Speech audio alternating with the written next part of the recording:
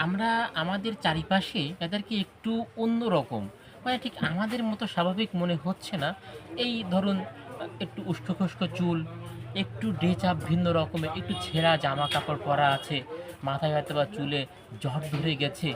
এদেরকে দেখলে আমরা হরহামেশাই পাগল বলে আখ্যায়িত করে থাকি। কিন্তু আসলে না, এদেরকে কিন্তু কোনোভাবেই পাগল বলা যাচ্ছে না বা যাবে না। কারণ এরা সাময়িকভাবে বিকারগ্রস্ত অথবা আপনি বলতে পারেন যে সাময়িক বুদ্ধিভ্রষ্ট।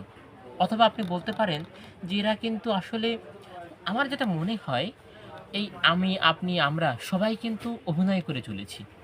দেখেন পাগলের সিক্স সেন্স তো থাকার কথা না। এখন যে পাগল লজ্জায় কাপড় টানছে তাকে আপনি পাগল কিভাবে বলবেন? এ মূলত পাগলের ভূমিকায় অভিনয় করছে এবং দেখেন এদের অভিনয়টা কতটা পারফেক্ট যে আপনি তার অভিনয়টা ধরতে পারছেন না। সেই কনসেপ্টে আমি আপনি কিন্তু আমাদের অভিনয় ভালো করতে পারছি না। এবং একটা মানুষ যে সে পাগল না কিন্তু আপনি তাকে পাগল বলে ভাবছেন। অর্থাৎ সে তার অভিনয়টা এতটা নিখুঁতভাবে করেছে যে আপনি ধরতেই পারলেন না সে সুস্থ। কিন্তু তাকে আপনি পাগল বলে ভেবে নিয়েছেন। আমার মনে হয় পারিপার্শ্বিকতা, বাহ্যিকতা দেখে কাউকে পাগল বলে আখ্যায়িত করা উচিত হবে না। সবাই আমরা একটু গভীরভাবে চিন্তা করে দেখি। আসলে সবাইকে পাগল বলে ভাবলে কিন্তু ভুল করবেন।